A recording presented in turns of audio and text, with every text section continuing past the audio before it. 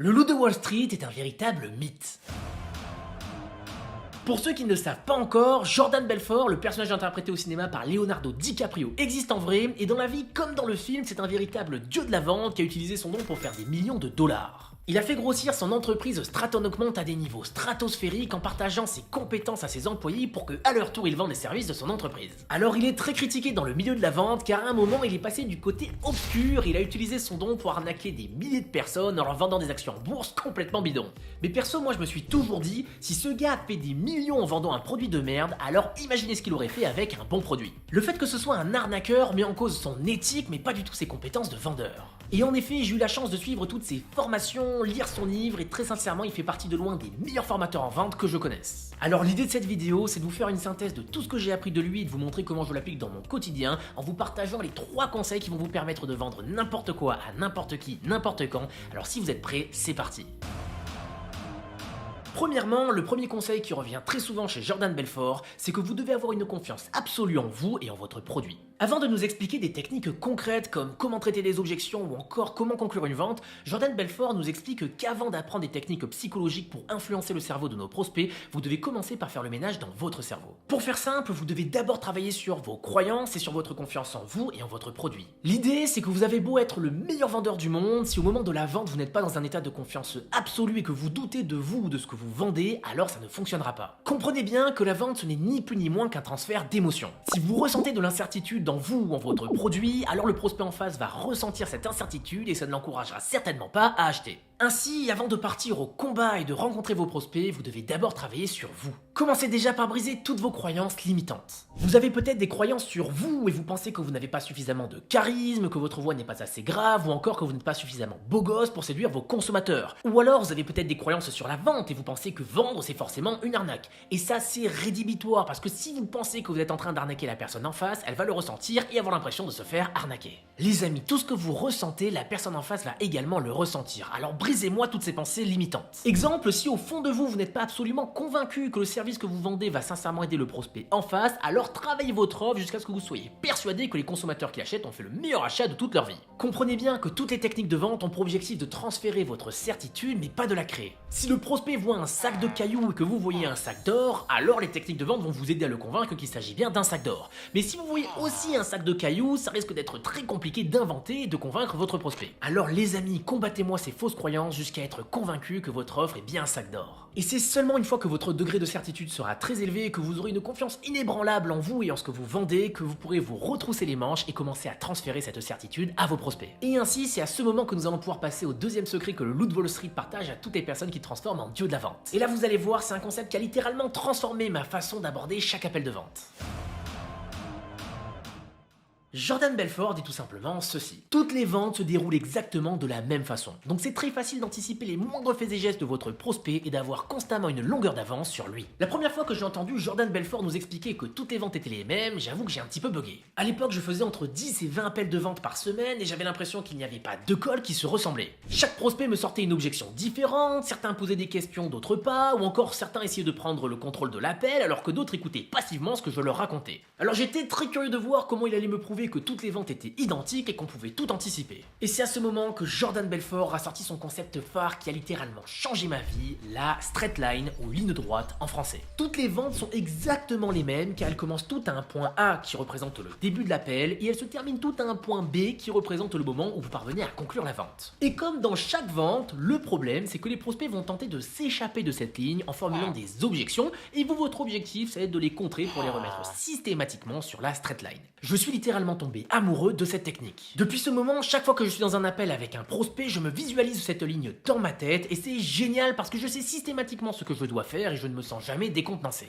Je visualise exactement les moments où le prospect essaye de s'échapper de la ligne et donc je sais à quel moment je dois intervenir pour le remettre sur la straight line et s'il ne formule pas d'objection, eh bien je sais ce que j'ai à faire pour le faire progresser vers la vente. Concrètement, pour le faire avancer, c'est très simple, il y a 3 phrases que vous devez absolument respecter. Premièrement, vous devez immédiatement prendre le contrôle de l'appel. Jordan Belfort explique que les 4 premières secondes de l'échange sont déterminantes parce que c'est à ce moment que le prospect va se faire cette première image de vous et si elle est mauvaise, ça va être très compliqué de conclure la vente. Ainsi, dans les premières secondes, vous devez lui montrer que vous méritez d'être écouté, alors soyez enthousiaste, prenez le contrôle de l'appel et montrez-lui dans votre attitude que vous êtes sincèrement là pour l'aider. Il comprendra alors que vous n'êtes pas là pour lui faire perdre son temps, que vous allez aller à l'essentiel et donc il commencera à progresser sur la straight line. Ensuite, deuxièmement, pour continuer à le faire progresser sur la straight line, vous allez devoir collecter des informations en comprenant comment lui vendre un stylo. Vendez-moi ce stylo est devenu l'une des phrases les plus célèbres du loup de Wall Street, mais peu de personnes en ont vraiment compris le sens. Vendez-moi ce stylo. En fait, Jordan Belfort posait cette question à ses nouvelles recrues pour les tester. Et l'objectif, c'était de voir si la recrue se concentrait uniquement sur le stylo et partait dans un baratin en expliquant que le stylo était magnifique et qu'il irait comme un gant à l'acheteur. Non, pour réussir ce test, Jordan espérait que la recrue se détache du stylo et qu'elle regarde uniquement la personne en face en lui posant des questions pour comprendre dans quelle mesure ce stylo pourrait l'intéresser. Les amis, n'oubliez jamais que si nous avons 2 oreilles et une seule bouche, c'est pour écouter plus et parler moins. Ainsi, pour faire avancer votre prospect, vous devez lui poser des questions pour comprendre quelle est sa situation actuelle, quels sont ses objectifs et quels sont les obstacles qui l'empêchent de les atteindre. Chacune de ces réponses vont lui permettre de faire un bout de chemin sur la straight line. L'idée des questions que vous allez lui poser, c'est de mettre en évidence que sa situation actuelle ne lui convient plus et qu'il a besoin de vous pour atteindre ses objectifs. Et si vous utilisez les bonnes intonations et que vous vous intéressez sincèrement à lui, normalement c'est le prospect lui-même qui va vous envoyer vers la 3e phase de la straight line et il va vous demander concrètement comment vous allez pouvoir l'aider et alors vous allez pouvoir faire pour la première fois une présentation de votre offre. Et là, attention, dans un premier temps, vous allez simplement présenter les bénéfices de votre offre et c'est dans un deuxième temps, s'il est convaincu, que vous allez lui expliquer concrètement comment ça marche et comment il peut passer à l'achat. Et à ce stade, 2 options. Soit le prospect est convaincu et il va terminer le chemin en achetant, soit comme dans la majorité des cas, il va essayer de s'échapper de la straight line en formulant sa première objection. Il va vous dire qu'il doit réfléchir, en parler à sa femme ou tout simplement vous expliquer que ça n'intéresse pas. C'est à ce moment que la majorité des vendeurs pensent que la vente est finie. Sauf que pour Jordan Belfort, au contraire, c'est à ce moment que la vente commence. Selon lui, la vente commence au premier non. Car c'est à ce moment, à la première objection, qu'on va voir ce que vous avez dans le ventre et de quoi vous êtes capable. Et pour comprendre comment systématiquement remettre le prospect sur la straight line, nous allons pouvoir passer au 3e conseil du loup de Wall Street et comprendre comment garder le contrôle de la vente et traiter n'importe quelle objection.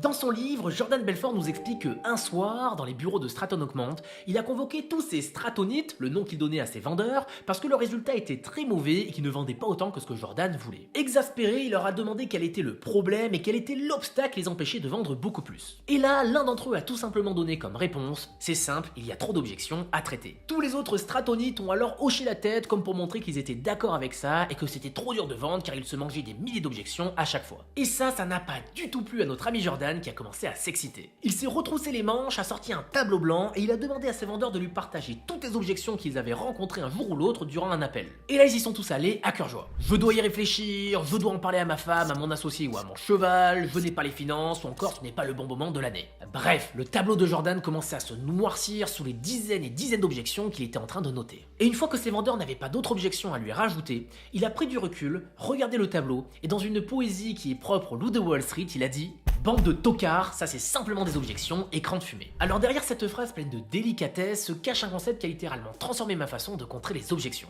L'idée c'est que selon Jordan Belfort, derrière les dizaines d'objections que votre prospect va vous formuler, en réalité il dissimule simplement 3 craintes. Soit il n'a pas confiance en vous, soit il n'a pas confiance en votre produit, soit il n'a pas confiance en votre entreprise. Donc si un client vous explique qu'il a besoin de temps pour réfléchir, c'est simplement une astuce pour s'échapper de la straight line et derrière cet écran de fumée se cache un manque de confiance sur les 3 variables énoncées. Et ainsi, vous de votre côté, vous ne devez jamais accepter les objections écran de fumée systématiquement creusées pour comprendre qu'est-ce qui donne envie au prospect de s'échapper de la straight line. Et l'idée pour ça, c'est d'apprendre à faire des boucles. Imaginons qu'après avoir présenté votre service, un prospect vous dit « Bien, envoyez-moi un email avec une présentation détaillée, je vais y réfléchir. » Bam! Ça c'est une objection, écran de fumée. Le prospect veut juste s'échapper de la straight line sans acheter. Et rappelez-vous, il est interdit de laisser échapper un prospect si vous ne connaissez pas sa véritable objection. Ainsi, pour faire une boucle et le remettre sur la ligne, vous pouvez dire « Ok John, je peux vous envoyer un email. Mais honnêtement, qu'est-ce que vous pensez de mon offre? Est-ce que l'idée vous plaît ?»